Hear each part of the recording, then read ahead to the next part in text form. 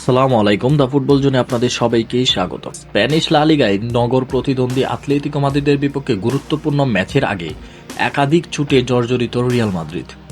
গোলরক্ষক তিবো কোর্তুয়ার চোটে পড়ায় আজ সান্তিয়াগো বার্নাব্যুতে ডার্বি ম্যাচে তার জায়গায় শুরুর একাদশে দেখা যেতে পারে আন্দ্রিন লুনিনকে। ম্যানচেস্টার সিটির বিপক্ষে চ্যাম্পিয়ন্স লিগের ম্যাচে হ্যামস্ট্রিং সমস্যায় পড়েন কোর্তুয়া। সেই চোটের কারণে কয়েক সপ্তাহ মাঠের বাইরে থাকতে হতে পারে তাকে। ফলে রিয়ালের গোলবারের দায়িত্ব পড়েছে ইউক্রেনীয় গোলরক্ষক লুনিনের খাতে। শুধু কোর্তুয়াই নয়, চোটের তালিকায় রয়েছে এদার মিলিতাও, দানি স্যাবাইওস ও রদ্রিগো। তবে দলের জন্য স্বস্তির খবর, জুড বেলিংহাম চোট কাটিয়ে স্কোয়াডে ফিরেছেন এবং তাকে ডার্বিতে খেলানোর সম্ভাবনাও রয়েছে। একই সঙ্গে ফরাসি তারকা কিলিয়ান এমবাপ্পেও এখন পুরোপুরি ফিট।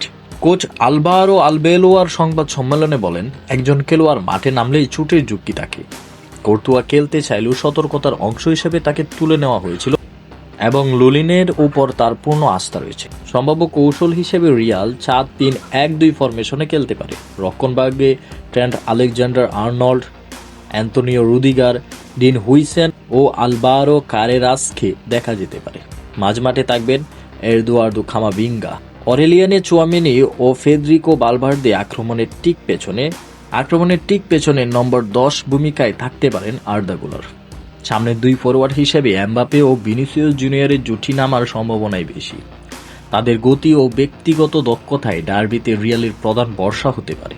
লা লিগা শিরোপার দৌড়ে বার্সেলোনার সঙ্গে পাল্লা দিতে হলে এই ম্যাচের জয় রিয়ালের জন্য অত্যন্ত গুরুত্বপূর্ণ। অন্যদিকে আতলেতিকোর বিপক্ষে ডার্বি হওয়ায় ম্যাচটির আবেগ ও গুরুত্ব স্বাভাবিকভাবেই আরও বেশি। ভিডিওটি এই পর্যন্তই। ভালো লাগলে লাইক, কমেন্ট এবং সাবস্ক্রাইব করতে ভুলবেন না। ধন্যবাদ।